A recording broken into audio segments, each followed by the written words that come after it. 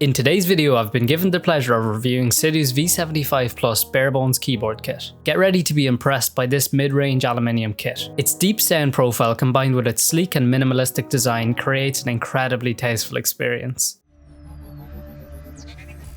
Right off the bat, this unboxing felt really premium with the minimalistic branding and the contrasting accent features. As you open up the box, the first thing that catches your eye is this bag of foam gaskets. Inside, you'll find two accessory boxes. The first one houses a standard keycap and switch puller, followed by a bag of screw-in stabilizers, and lastly, a small Allen key. In the second accessory box, you'll find a braided white USB-A to USB-C cable. The keyboard itself is wrapped in a plastic sleeve. Once you take it out of the box, you'll uncover even more goodies. You'll also find that there's an additional layer of foam included to help you customize the sound profile to your preferences. And last but not least, there's a user manual included. The V75 Plus comes in at $133.99 barebones on Epomaker.com. It's available in the moon white theme with retro grey being discontinued. The board features a 75% layout with 79 keys. It's got tri-mode connectivity, meaning you can connect via Bluetooth 5.0, 2.4 GHz dongle or wired USB-C. The kit is VIA programmable. It features a 3000 mAh battery and it also features an LCD screen. Okay, before getting into my thoughts and opinions on the Cidoo V75 Plus, let's quickly tear it down and then build it back up to see what we're working with. To open up the kit, you'll find 6 screws on the back that need to be removed using the included Allen key. Once those are out, the top housing should easily slide off. The V75 Plus comes equipped with a polycarbonate plate featuring numerous flex cuts. These cuts are strategically designed to ensure an even bottom out and consistent sound across the entire keyboard. One drawback I've encountered with having this many flex cuts is that it can make installing your switches a bit tricky, so just keep that in mind during the installation process. Underneath the plate, you get a layer of sound dampening foam followed by a foam switch pad. Make sure to disconnect these cables before removing the PCB. The front of the PCB features a layer of plastic, which I believe is also for sound dampening. I've chosen to leave it on. There's another layer of foam attached to the back of the PCB, adding to the already substantial amount of foam in this kit, not to mention the additional layer you get in the box. The PCB itself is 5-pin hot swappable with south-facing sockets. Alright, with the teardown covered, let's quickly get this thing constructed before diving into my thoughts. In my opinion, the screw-in stabilizers sounded quite unpleasant in their stock form.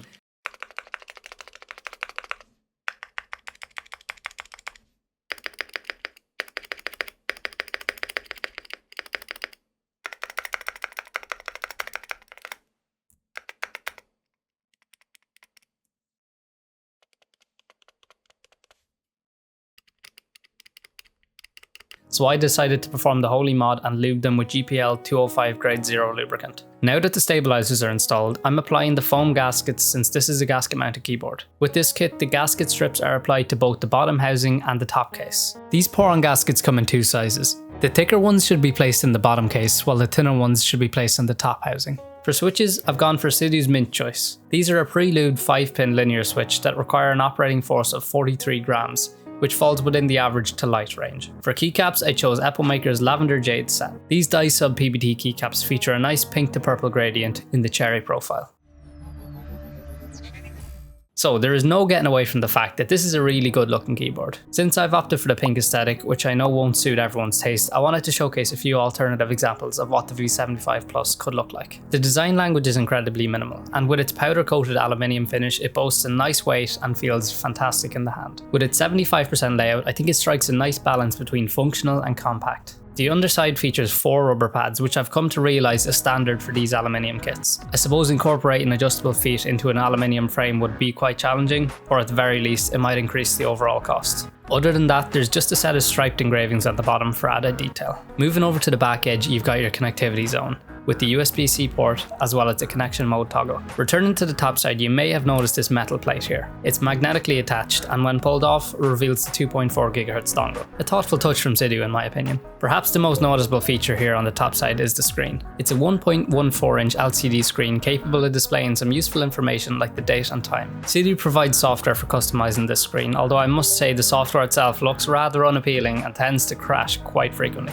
Nonetheless, with some patience, you should eventually be able to upload an image or GIF of your choice. So while the screen might seem a bit gimmicky, which it is, it could still appeal to certain users. Personally, I would have much preferred a programmable knob in its place. There is one saving grace when it comes to software compatibility, and that is that the V75 Plus is VIA programmable. If you'd like a dedicated video on how to use VIA, let me know in the comments. In a nutshell, it's an open source keyboard software that allows for detailed customizability. I was a bit disappointed to discover that the V75 Plus only has a 3000 mAh battery, especially considering it has a battery draining LCD screen. For me, I typically aim for 4000 mAh, but there is one upside here. One of the main culprits of battery depletion is RGB backlighting, and the V75 Plus completely lacks this feature. I must say, the sound profile of this board is one that I really enjoyed. Being aluminium, the V75 Plus produced deep, THOCKY tones, which will certainly catch the attention of many buyers. Take a moment to listen to the sound test for yourself.